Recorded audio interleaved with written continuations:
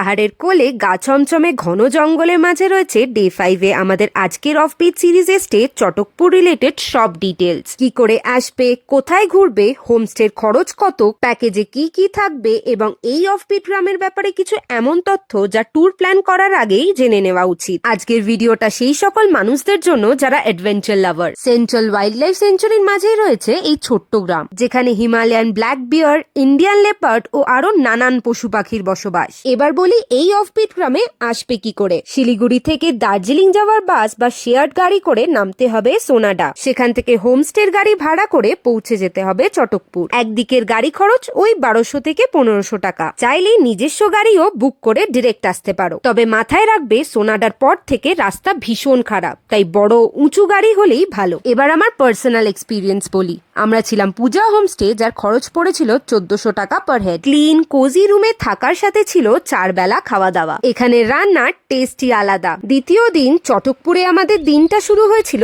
পাখির ডাক আর সুন্দর একটা সানরাইজ দেখে। Morning from Chatakpur. একটা সুন্দর মিষ্টি সকাল, ভীষণ ভালো লাগছে।